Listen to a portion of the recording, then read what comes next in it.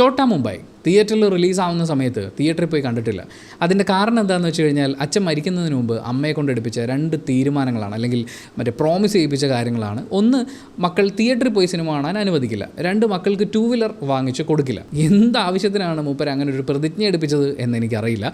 എന്തായാലും പ്രായപൂർത്തിയായി, ജോലിയൊക്കെ കിട്ടി, സ്വന്തം കാശിന് തിയേറ്ററിൽ പോയി തുടങ്ങുന്നത് വരെ അങ്ങനെ തിയേറ്ററിൽ പോയിട്ടുള്ള സിനിമ കാണൽ എന്ന് പറയുന്നത് വളരെ കുറച്ച് സംഭവിച്ചിട്ടുള്ളൂ. പ്രണയവർണ്ണങ്ങൾ, പോത്തം വാവ, തൊമ്മനും മക്കളും, പിന്നെ കൂട്ടുകാരൻ ഡേവിഡ് ഉണ്ടായിരുന്നതുകൊണ്ട് മായാവിയും ഫാന്റാസ്റ്റിക് ഫോറും കൂടി കണ്ടു. ഇതൊന്നും വീട്ടിൽ അറിയിച്ചിട്ടില്ല. എന്തായാലും അങ്ങനെ ആദ്യ റിലീസിൻ്റെ സമയത്ത് കാണാൻ പറ്റാതെ പോയ സിനിമയാണ് ചോട്ടാ മുംബൈ. ആ സമയത്ത് മാമൻ തിയേറ്ററിൽ പോയി സിനിമയൊക്കെ കണ്ടു വന്നിട്ട് ആ മഹാദ്രോഹി വീട്ടിലിരുന്ന് ഞങ്ങളോട് പറയടാ ഭയങ്കര കയ്യടിയോടാ, ഭയങ്കര ചിരിയാടാ, ഭയങ്കര കോമഡിയാടാന്ന്. ആ സമയത്ത് ടി വിയിലും മറ്റും പാട്ടുകൾ ഇങ്ങനെ ഇടയ്ക്ക് റിപ്പീറ്റ് കാണിക്കുക, ചെറിയ ചെറിയ ബിറ്റുകളായിട്ട്, അതുപോലെ ചില സീനുകൾ കാണിക്കുക. അതൊക്കെ ഇങ്ങനെ കൊതിയോടെ നോക്കി കണ്ട് വെള്ളം ഇറക്കിയതല്ലാതെ തിയേറ്ററിൽ പോയി കാണാൻ പറ്റിയില്ല. അതിന് ശേഷം സിനിമ കാണുന്ന സമയത്ത് എന്താണ് ഇവർ ഈ കാണിച്ചു വെച്ചിരിക്കുന്നത്? ചിരിച്ച് അതായത് സിനിമയുടെ തുടക്കം മുതൽ അവസാനം വരെ ചിരിച്ച് ഊപ്പാടകളകാനുള്ളതുണ്ട്. അതുപോലെ ഒരു മോഹൻലാൽ ഫാനിനെ സംബന്ധിച്ച് അയാളുടെ കുറേ മാസ് മൊമെൻറ്റ്സ് ഉണ്ട്, ഓർത്തോർത്ത് ചിരിക്കാനുള്ള കോമഡി രംഗങ്ങൾ, ലെജൻസ് എന്ന് നമുക്ക് ഇന്ന് വിളിക്കാവുന്ന അത്രയും ആർട്ടിസ്റ്റുകളെ കൊണ്ട് ചെയ്യിപ്പിച്ച് വെച്ചിരിക്കുന്നത്. എല്ലാം കൊണ്ടും അതൊരു വൻ പരിപാടിയാണ്. ബെന്നി പി നായരമ്പലം തിരക്കഥയൊരുക്കി, അൻവർ റഷീദ് സംവിധാനം ചെയ്ത്, മണിയമ്പിള്ള രാജു പ്രൊഡ്യൂസ് ചെയ്തിട്ടുള്ള സിനിമ. മോഹൻലാൽ, കലാഭവൻ മണി, രാജം പി ദേവ്, സായി കുമാർ, മണിക്കുട്ടൻ, ബിജുക്കുട്ടൻ, ജഗതി ശ്രീകുമാർ, ഭാവന, വിനായകൻ തുടങ്ങി എത്ര ആൾക്കാരാണ് ഈ സിനിമയിലുള്ളത്. ശരിക്കും ഈ സിനിമ രണ്ടാമത് തിയേറ്ററിൽ കാണുന്ന സമയത്ത് ബാക്കിലൊക്കെ നിൽക്കുന്ന ചില അഭിനേതാക്കളെ കണ്ടപ്പോൾ അയ്യോ ഇയാളല്ലേ ഇപ്പോൾ ഈ മെയിൻ റോളുകളൊക്കെ ചെയ്തുകൊണ്ടിരിക്കുന്നത് എന്ന് തോന്നിപ്പിച്ച മുഖങ്ങളടക്കം ഈ പഴയ പല സിനിമകളും റീവാച്ച് ചെയ്യുന്ന സമയത്ത് ഇങ്ങനത്തെ കുറച്ച് രസമുള്ള സംഭവങ്ങളുണ്ട്. അളകപ്പൻ ക്യാമറ നിർവഹിച്ചിട്ടുള്ള, ഡോൺ മാക്സ് എഡിറ്റിംഗ് നിർവഹിച്ചിട്ടുള്ള, രാഹുൽ രാജ് സംഗീതം ഒരുക്കിയിട്ടുള്ള പടം. ഈ റീവാച്ചിൽ എനിക്ക് ഫീൽ ചെയ്ത കുറച്ച് കാര്യങ്ങൾ നമുക്ക് പറയാം. ഒന്ന്, തിയേറ്റർ എക്സ്പീരിയൻസ് ആണ്. എൻ്റെ പൊന്നു മോനെ, മാക്സിമം ആൾക്കാരുള്ള നിറഞ്ഞ് കവിഞ്ഞിട്ടുള്ളൊരു തിയേറ്ററിൽ ഏറ്റവും ഫ്രണ്ട് റോയിലാണെങ്കിലും നിങ്ങൾ ടിക്കറ്റ് എടുത്തോ. കാരണം തിയേറ്ററിൽ കാണുന്ന ഈ സിനിമ എന്താണെന്നുള്ളത് ഇത് ഓൾറെഡി നമ്മൾ ചിലപ്പോൾ 3, 4, 5, 6, 7 വട്ടം ചിലപ്പം കണ്ടു തീർത്തിട്ടുള്ളതായിരിക്കും. ഡയലോഗുകൾ കാണാപ്പാഠമായിരിക്കും, പാട്ടുകൾ മനസ്സിൽ പതിഞ്ഞിട്ടുള്ളതായിരിക്കും. പക്ഷേ തിയേറ്ററിലെ ഓളം എന്ന് പറയുന്നത് അത് വേറെ തന്നെ ഒരു പരിപാടിയാണ്. മാക്സിമം ഓഡിയൻസിൻ്റെ കൂടെ എൻജോയ് ചെയ്ത് അങ്ങനെ കാണേണ്ട പടം. പാട്ടുകളൊക്കെ വരുമ്പോൾ ആളുകൾ ഇറങ്ങി നിന്ന് ഡാൻസ് കളിക്കുകയാണ്. അങ്ങനെ ഒരു ഓളത്തിൽ കണ്ടു തീർക്കേണ്ട ഒരു തിയേറ്റർ സെലിബ്രേഷന് വേണ്ടിയിട്ടുള്ള സിനിമയാണ് ചോട്ടാ മുംബൈ. ആ സെലിബ്രേഷൻ ഇന്നും മാറിയിട്ടില്ല എന്നുള്ളതാണ്. എത്ര വർഷമായി പടം ഇറങ്ങിയിട്ട്, പക്ഷേ ഇന്നും പാട്ടുകൾ വരുമ്പോൾ ആളുകൾ ഇറങ്ങി നിന്ന് ഡാൻസ് കളിക്കുകയാണ്. അതും ഏറ്റവും യങ് ആയിട്ടുള്ള ക്രൗഡാണ് തിയേറ്ററിൽ വന്ന് ഡാൻസ് കളിച്ച് അർമാദിക്കുന്നത്. അങ്ങനെ തിയേറ്ററിൽ കാണുമ്പോൾ എനിക്ക് ബിജുക്കുട്ടനെ കണ്ടപ്പോൾ ശരിക്കും അയാൾ കുറേ എക്സ്പ്ലോർ ചെയ്യപ്പെടേണ്ട, അല്ലെങ്കിൽ കുറേയും കൂടി നല്ല രീതിയിൽ വാർത്തെടുക്കപ്പെടേണ്ടിയിരുന്ന ഒരു അഭിനേതാവായിരുന്നില്ലേ എന്ന് തോന്നി. കാര്യം ഗംഭീര കോമഡിയാണ്, അർമാദിക്കലാണ്. തിയേറ്റർ വെറുതെ പൂരപ്പുറമ്പാക്കുന്ന രീതിയിൽ എല്ലാവരുടെയും കേട്ടോ, എല്ലാവരും ഹ്യൂമർ നന്നായിട്ട് ചെയ്തിട്ടുണ്ട്. പക്ഷേ ഈ ബിജുക്കുട്ടൻ്റെ ഇൻട്രോ സീക്വൻസ് നിങ്ങൾ ശ്രദ്ധിച്ചിട്ടുണ്ടോ എന്നറിയില്ല. അച്ഛൻ്റെ അടുത്ത് ഭയങ്കര ദേഷ്യത്തിൽ ഇങ്ങനെ വന്നിട്ട് ഈ കൂളിംഗ് ഗ്ലാസ് എടുത്ത് ഇയാൾ മുഖത്ത് വെച്ച് കൈ ഇങ്ങനെ മറക്കുന്നുണ്ട്. ഈ ഒരു ഒറ്റ മാസ്കിങ്ങിൽ അത്ര നേരം ഉണ്ടായിരുന്ന കലിപ്പ് മാറിയിട്ടൊരു ചിരി വരുന്നുണ്ട്. അത് ഈ മുഖം വെട്ടിക്കലോ അങ്ങനെ ഒന്നുമില്ലാതെ ആ ഒരു സാധനമൊക്കെ ഉണ്ടല്ലോ, അതിപ്പോഴും കാണുമ്പോൾ എനിക്ക് ചിരി വന്നു, ചിരിക്കുന്നു, പരിപാടികളൊക്കെ ഉണ്ട്. പക്ഷേ എന്ത് രസമായിട്ടാണ് ഈ മനുഷ്യൻ അത് ഡെലിവർ ചെയ്ത് വെച്ചിരിക്കുന്നത്. ഓരോ സീനും ഓരോ ഡയലോഗും. അതുപോലെ തന്നെ ലാലേട്ടൻ്റെ തലയുടെ മുകളിൽ കയറിയിരുന്നിട്ട് മറ്റേ ഭീമൻ്റെ കുഞ്ഞിൻ്റെ തലക്കടിക്കുന്ന ഷോട്ട്, അതിന് ശേഷമുള്ള ഡയലോഗ്, മറ്റേ ഹാപ്പി ബർത്ത്ഡേ, ഓറഞ്ച്. അതായത് ഇയാൾ ആ സീനൊക്കെ ക്ലാസിക് സീൻസ് ആക്കി വെച്ചിരിക്കുകയാണ്. നമുക്ക് ഇരുന്ന് ചിരിക്കാനുള്ള എത്ര വട്ടം കണ്ടു എന്ന് ഓർമ്മയില്ലാത്ത രംഗങ്ങളാണ്. പക്ഷേ അവിടെയൊക്കെ ഇയാളുടെ ഫേഷ്യൽ എക്സ്പ്രഷൻസ് നമ്മളിപ്പോൾ ഒരു 4K വലിയൊരു സ്ക്രീനിൽ കാണുന്ന സമയത്ത് അതിലെനിക്ക് ഒരു വിയോജിപ്പ് പറയാനുണ്ട്. നമുക്ക് വിഷ്വലിൻ്റെ കാര്യം പറയുമ്പോൾ പറയാം. പക്ഷേ അത് ഇങ്ങനെ കാണുമ്പോഴാണ് ഇയാൾക്ക് എന്താണെന്ന് ചെയ്തു വെച്ചിരിക്കുന്നതെന്ന് തോന്നുന്നത്. അങ്ങനെ ചെയ്യാൻ പറ്റുന്ന ഒരാൾക്ക് ഒരുപക്ഷെ അതിഗംഭീരമായ സീരിയസ് വേഷങ്ങൾ ചെയ്യാനുള്ള സാധ്യതകളുണ്ടായിരുന്നു എന്ന് എനിക്ക് തോന്നി. ബിജുക്കുട്ടൻ മാത്രമല്ല, ഓരോ ആൾക്കാരെയും എടുത്തെടുത്ത് പറയാനുണ്ട്. നമുക്ക് എടുത്തെടുത്ത് തന്നെ പറഞ്ഞു പോകാം. കാര്യം ഇതൊരു റീവാച്ച് എക്സ്പീരിയൻസ് ആണല്ലോ. ഈ റിവ്യൂ കണ്ടിട്ട് വേണ്ടല്ലോ നിങ്ങൾക്ക് ഈ സിനിമ കാണാൻ വേണ്ടി പോകാൻ. അങ്ങനെ ഈ ഹ്യൂമർ ഇങ്ങനെ കണ്ടുകൊണ്ട് തുടക്കം മുതൽ അവസാനം വരെ ചിരിച്ചുകൊണ്ടിരിക്കുന്ന സമയത്ത് ഞാൻ ശ്രദ്ധിച്ചൊരു കാര്യം എന്ന് പറയുന്നത്, ഷക്കീല വരുന്ന തമാശ രംഗങ്ങളുണ്ട്. ആ തമാശ രംഗങ്ങളെ അന്നൊരു പക്ഷേ തിയേറ്ററിൽ ഒരുപാട് സെലിബ്രേറ്റ് ചെയ്തിട്ടുണ്ടാകും. അതിനെക്കുറിച്ച് പല ആളുകളും പറഞ്ഞു കേട്ടിട്ടുമുണ്ട്. പക്ഷേ ഇന്നത് തിയേറ്ററിൽ കണ്ടപ്പോൾ അവരെ റെഫർ ചെയ്ത് അവരെ ആ ഒരു കാലഘട്ടത്തിനെ അവർ ചെയ്ത സിനിമകളെ ചേർത്ത് വെച്ചുകൊണ്ടുള്ള തമാശ രംഗങ്ങൾ വരുമ്പോഴേക്കും അന്നത്തെ പോലെ ഒരു ആഹ്ലാദമോ, അല്ലെങ്കിൽ ഇതൊരു കളിയാക്കലാണ്, ഇതൊരു തമാശയായി കാണേണ്ട കാര്യമല്ല. അതുപോലെ കൊച്ചിൻ ഹനീഫെ ഒരു ഇന്നോവയുടെ ഒരു സൈഡിൽ കൂടി കയറി വരുമ്പോൾ ഇവിടുന്നേ ഇടിച്ച് അപ്പുറത്തെ ഡോറ് തുറന്ന് പുറത്തേക്ക് വരുമ്പോൾ ബിജുക്കുട്ടൻ കെട്ടിപ്പിടിച്ചിട്ട് പറയുന്നുണ്ട് ഇതൊരുമാതിരി റേപ്പ് ചെയ്ത പോലെ ആക്കി കളഞ്ഞല്ലോ എന്നുള്ളത്. അവിടെയും ഈ പറയുന്നൊരു മുമ്പുണ്ടാകുമായിരുന്ന ഒരു പൊട്ടിച്ചിരി, ഇതിനെ ഒരു വലിയ തമാശയായി കാണുന്ന ആ ഒരു പൊട്ടിച്ചിരി ഉണ്ടായിരുന്നില്ല എന്നുള്ളത് അതെനിക്ക് ഒരു കാലത്തിൻ്റെ മാറ്റമായിട്ട് തോന്നി. അത് വളരെ സ്വീകാര്യമായ ഒരു മാറ്റമായിട്ട് തോന്നി. എന്നാൽ അതേസമയം ലാലേട്ടൻ പറയുന്ന മറ്റേ ഡബിൾ മീനിങ് തമാശയൊക്കെ ഉണ്ട്, അതിനൊക്കെ കൈയ്യടി വരുന്നുമുണ്ട്. മറ്റൊന്ന് പാട്ടുകളാണ്. അതിന് ഡാൻസ് കളിക്കാൻ വേണ്ടിയിട്ടാണ് വലിയൊരു വിഭാഗം തിയേറ്ററിലേക്ക് എത്തിയിട്ടുണ്ടായിരുന്നത്.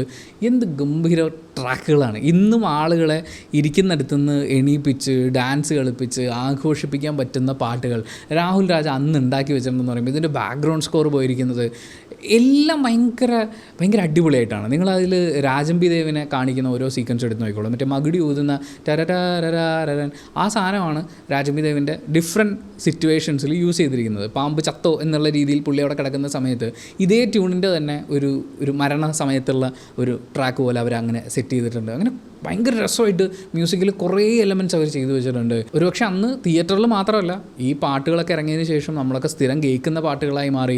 ഒരുപാട് ഡാൻസ് പരിപാടികളിൽ സെലിബ്രേറ്റ് ചെയ്യപ്പെടുന്ന പാട്ടുകളായിട്ട് മാറി. ആൻഡ് മോഹൻലാൽ എന്തൊരു എനർജിയാണ് ആ മനുഷ്യന് എന്ന് ചോദിക്കാൻ തോന്നിപ്പിച്ച കുറേ സാധനങ്ങളുണ്ട്. ഞാൻ പറയുകയാണെങ്കിൽ ചെട്ടിക്കുളങ്ങര എന്ന് പറയുന്ന ട്രാക്ക് ഉണ്ടല്ലോ, അതിൽ ലാലേട്ടൻ്റെ ഡാൻസില്ലേ, അത് കാണാൻ വേണ്ടി മാത്രം നിങ്ങൾ തിയേറ്ററിൽ പോയി ടിക്കറ്റ് എടുത്ത് തിയേറ്ററിൽ പോയി പടം കണ്ടോ. കാര്യം ഞാൻ ഇത്രയും വലിയ സ്ക്രീനിൽ ആ മനുഷ്യൻ ഇങ്ങനെ അർമാദിക്കുന്നത് ആദ്യമായിട്ട് കാണാണ്. എന്ന് വെച്ചാൽ ഞാൻ എൻ്റെ കുട്ടിക്കാലത്തൊന്നും അങ്ങനെ തിയേറ്ററിൽ പോയി സിനിമകൾ കണ്ടിട്ടില്ല. ഈ അടുത്ത കാലത്തുള്ള സിനിമകൾ നമ്മൾ എടുത്ത് നോക്കുകയാണെങ്കിലും ലാലേട്ടൻ ഡാൻസ് കളിക്കുന്നുണ്ട്, അതൊക്കെ രസമാണ്.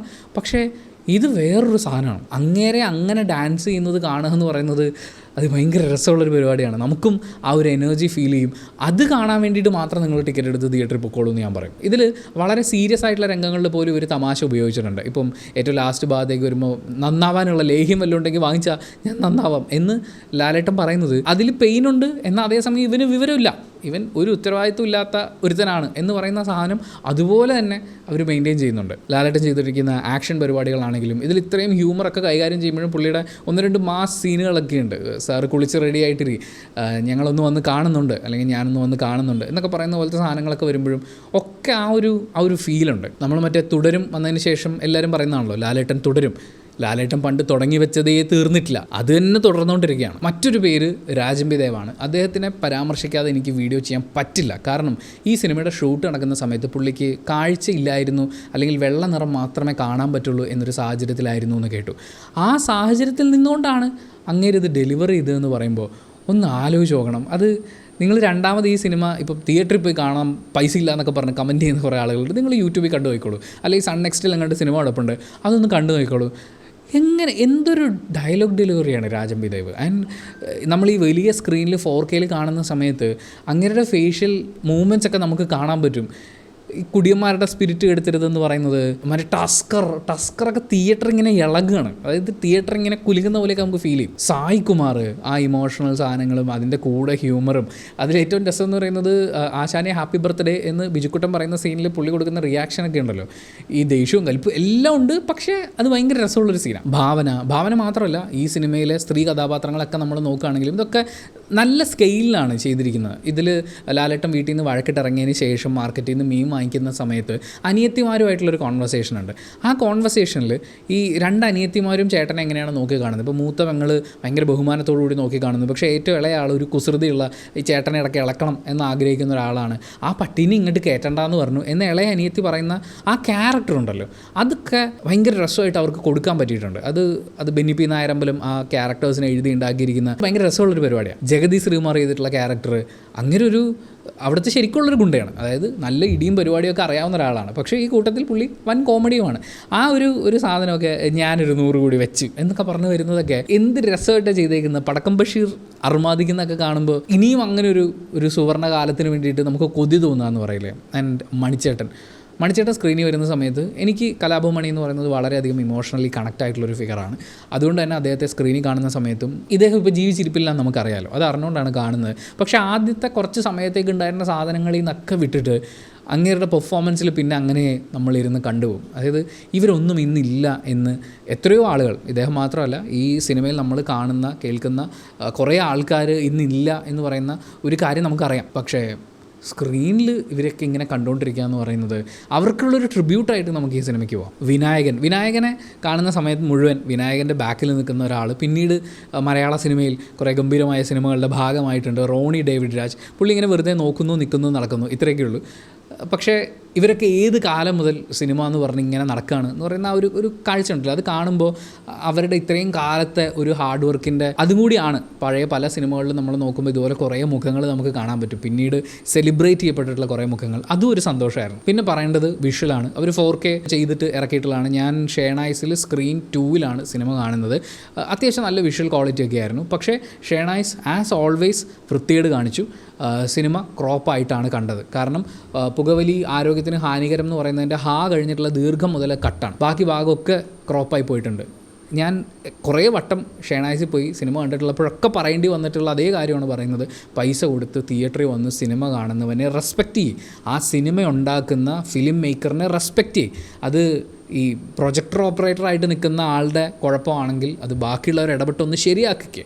അല്ലാതെ നമ്മൾ 150 രൂപയ്ക്ക് ടിക്കറ്റ് എടുത്ത് കഴിഞ്ഞിട്ട് 110 രൂപയുടെ സിനിമ കാണിക്കല്ലേ, ക്രോപ്പ് ചെയ്യല്ലേ എന്ന് അപേക്ഷിക്കുകയാണ്. കാരണം ഈ സിനിമ കണ്ടുകൊണ്ടിരിക്കുമ്പോൾ എനിക്കറിയാം ഇത് കുറച്ചും കൂടി എന്തോ ഉണ്ടായിരുന്നല്ലോ എന്ന് പറയുന്ന ഒരു ഫീല് ഇതിൻ്റെ ഉടനീളം ഉണ്ടായിരുന്നു. പക്ഷേ ഈ പറയുന്ന വാർണിങ്സ് എഴുതി കാണിക്കുമ്പോഴാണ് പല സാധനവും കട്ടായി പോകുന്നു എന്ന് മനസ്സിലാവുന്നത്. ഷേണായ്സ് ഇത് പുതിയതായിട്ട് ചെയ്യുന്ന പരിപാടിയൊന്നുമല്ല. ഇതിന് മുമ്പ് പല സിനിമകളും കാണുന്ന സമയത്ത് ഇത് പ്രത്യേകം എടുത്ത് പറയേണ്ടി വന്നിട്ടുണ്ട്. ഇപ്പോൾ ആമസോണിൻ്റെ നെറ്റ്ഫ്ലിക്സിൻ്റെയൊക്കെ ലോഗോ വരുന്ന സമയം തന്നെ നമുക്ക് മനസ്സിലാവും ഇത് ക്രോപ്പാന്നുള്ളത്. സിനിമയുടെ ആദ്യത്തെ ഷോ ഒന്നും അല്ല നടക്കുന്നത്. ചോട്ടാ മുംബൈ ഇവരാരും കണ്ടിട്ടില്ലാത്ത പടവുമല്ല. എന്നിട്ടും ഇങ്ങനെ ചെയ്യുന്നത്. ഞങ്ങൾ 4 പേര് സിനിമ കണ്ടു. 1440 രൂപയ്ക്ക് മുകളിൽ പ്ലസ് ചില്ലറയുണ്ട്. ഇത്രയും പൈസ കൊടുത്ത് 4 പേര് കണ്ട സിനിമയാണ്. ആ സിനിമയിൽ നിങ്ങൾക്ക് ഇങ്ങനെ ക്രോപ്പ് ചെയ്യാൻ തോന്നുന്നു എന്ന് പറയുന്നത് ചീപ്പാണ്. ആൻഡ് ഈ സിനിമ കാണുന്ന അത്രയും സമയം നമ്മൾ ആലോചിക്കുന്ന, അല്ലെങ്കിൽ ഞാൻ ആലോചിച്ചുകൊണ്ടിരുന്നൊരു കാര്യം, ഈ സിനിമ ഹിറ്റാവുന്നതിലെ മെയിൻ എലമെൻറ്റ് എന്തായിരിക്കും എന്നുള്ളതാണ്. ഉഴപ്പന്മാരായിട്ട് തന്നെ കാണിക്കുന്നു. അവർ ലാസ്റ്റ് ആകുമ്പോഴേക്കും ചാടി കയറി അങ്ങ് നന്നാവുക എന്ന് പറയുന്ന ഇതിൽ നിന്ന് മാറിയിട്ട് ഇവനൊക്കെ പോയാൽ ഇത്രയേ ഉള്ളൂ, അല്ലെങ്കിൽ ഇവരിത്രയേ ഉള്ളൂ, ഇവർക്ക് ഇത്രയേ പറ്റുള്ളൂ എന്ന് പറയുന്ന ആ സാധനത്തിന് അംഗീകരിച്ചുകൊണ്ട് തന്നെയാണ് സിനിമയിലെ ഹീറോയിസം ആണെങ്കിലും ഇതിലെ ഹ്യൂമർ ആണെങ്കിലും മറ്റ് എലമെൻറ്റ്സ് ഒക്കെ അവർ വർക്ക് ചെയ്തിരിക്കുന്നത്.